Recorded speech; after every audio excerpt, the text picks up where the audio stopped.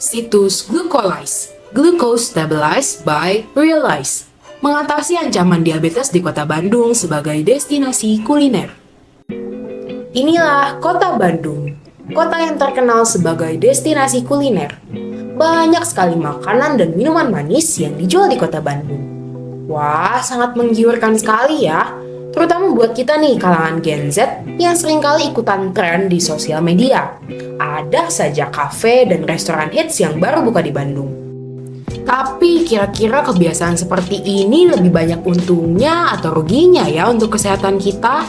Karena seringkali kita lupa akan konsekuensinya.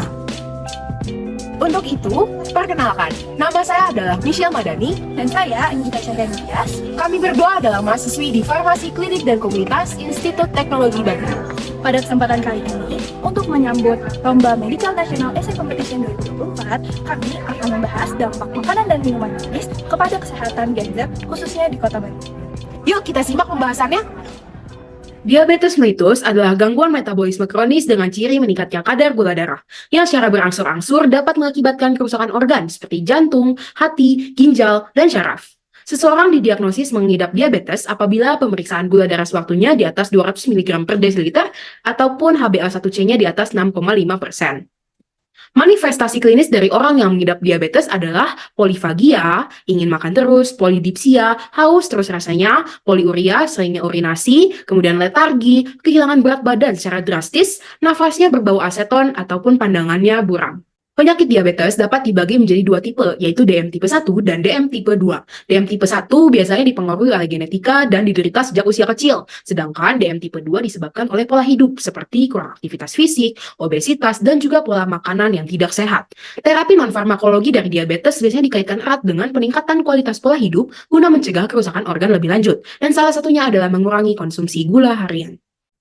Pankreas pada penderita yang seharusnya memproduksi insulin yang berperan dalam mengatur metabolisme glukosa di dalam tubuh, malah gagal memproduksi insulin normal. Seiring dengan hal tersebut, hati akan terus memproduksi glukosa melalui proses gluconeogenesis, yang akan menyebabkan peningkatan lebih lanjut dalam kadar glukosa darah.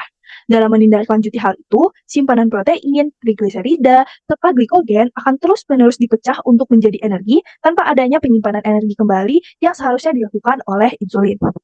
Akibat dari semua hal tersebut, terdapat kerusakan organ lebih lanjut, mulai dari pembuluh darah yang rusak, peningkatan stres oksidatif, pembentukan produk akhir glikasi, dan seterusnya. Sebagai contoh yang tadi, kerusakan pada pembuluh darah telah disinggung sebelumnya, diakibatkan dari kondisi darah yang mengikat gula secara terus-menerus, sehingga susah untuk mengikat zat lain yang sebenarnya lebih dibutuhkan tubuh. Sehingga pembuluh darah seperti yang ada di mata dan yang ada di tubuh organ-organ lain akan terhambat fungsinya. Prevalensi diabetes mellitus berdasarkan diagnosis dokter pada penduduk semua umur menurut provinsi, Indonesia memiliki persentase 1,5% orang di Indonesia mengalami diabetes pada tahun 2018. Berdasarkan Open Data Jabar tahun 2022, penderita diabetes di Kota Bandung mencapai 44.329 orang. Lebih rinci lagi, pada Rumah Sakit Hasan Sadikin Bandung tahun 2023, penderita diabetes pada umur 15-19 tahun mencapai 24 orang untuk diabetes mellitus tipe 1 dan 57 orang untuk diabetes mellitus tipe 2. Hal ini cukup mengkhawatirkan karena diabetes umumnya disebabkan oleh pola hidup yang kurang sehat, terutama pada makanan.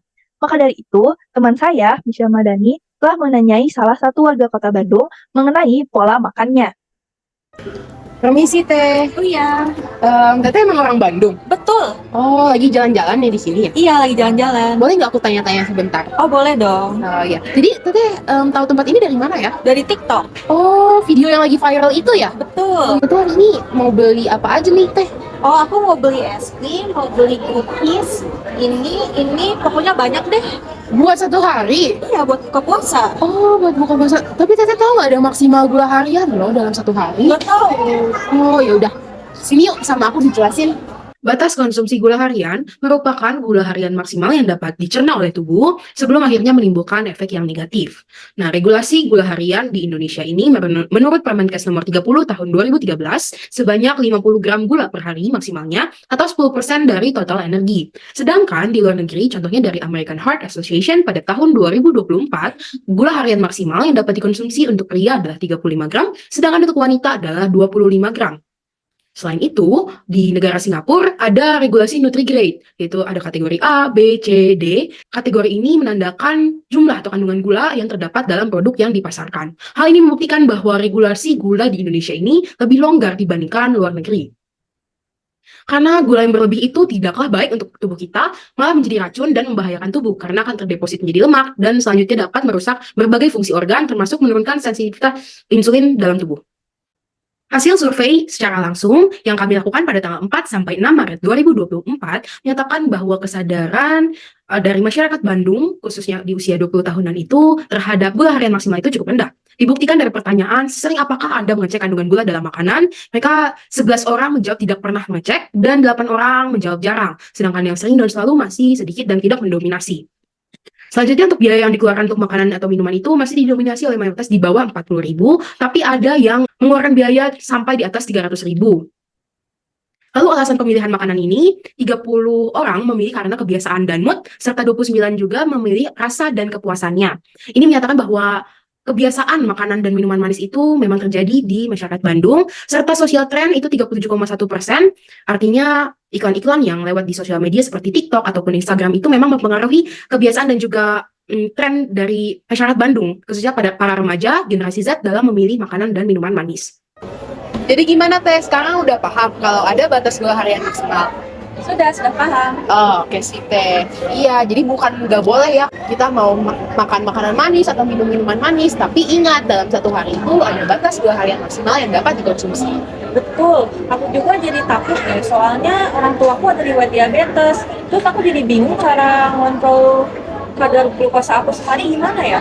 Oh, nah kita punya solusinya Teh. Jadi kita itu membuat website Glucolize. Yuk, aku kasih lihat Glucose Stabilize by Realize. Berikut adalah situs Glucolize. Situs ini mudah diakses bagi siapapun, kapanpun, dan dimanapun. Situs ini berisi daftar makanan serta minuman di wilayah kuliner khususnya Kota Bandung. Situs ini menampilkan banyaknya kandungan gula pada makanan serta minuman. Terinspirasi dari negara tetangga yaitu Singapura, situs ini menerapkan sistem Nutri-Grade, yaitu menggolongkan makanan atau minuman berdasarkan banyaknya kandungan gula. Dengan A, kandungan gula 1-5 gram, B, 6-10 gram, C, 11-15 gram, sedangkan D, lebih dari 15 gram. Tidak hanya itu, situs ini juga menampilkan angka pasti mengenai banyaknya gula yang berada pada makanan atau minuman tersebut. Tidak hanya itu, situs ini dilengkapi juga dengan perhitungan kalkulator gula harian. Kalkulator gula harian ini memperlihatkan asupan gula yang dikonsumsi hari ini dan sisa yang dianjurkan. Pengguna dapat memasukkan atau menambahkan makanan serta minuman dengan mengklik tombol ini dan juga hasilnya akan terlihat di dalam sini. Hal ini akan membantu meningkatkan kepekaan masyarakat serta juga penjual dalam memilih penggunaan gula.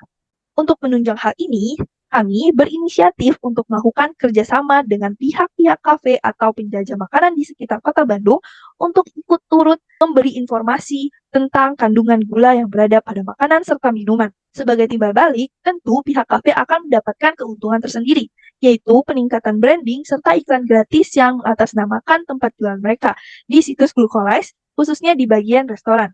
Strategi yang kami buat ini, kami harap akan membantu masyarakat Kota Bandung yang sedang mencari tempat makan atau mendapatkan informasi, sekaligus dapat teredukasi mengenai informasi batas gula harian yang dapat dikonsumsi, sehingga akan mencegah kejadian penyakit diabetes yang akan dialami oleh seseorang.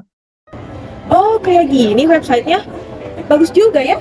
Iya Teh, betul banget. Website ini bermanfaat banget nih buat kita mengatur kadar gula harian.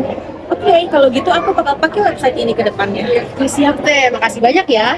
Makasih juga ya infonya. Iya, Oh ya, sebentar lagi udah mau buka puasa. Aku duluan ya. Oh iya, tunggu dulu Teh, jangan pergi dulu. Jangan lupa sebarkan informasi ini dan website Glucolize ke teman-teman dan juga sanak saudara Teteh ya. Siap. Dadah. Dadah Teh, selamat berbuka. Terima kasih atas perhatiannya. Kami berharap penjelasan kami dapat bermanfaat bagi kesehatan dan masa depan dari generasi Z. Terima kasih.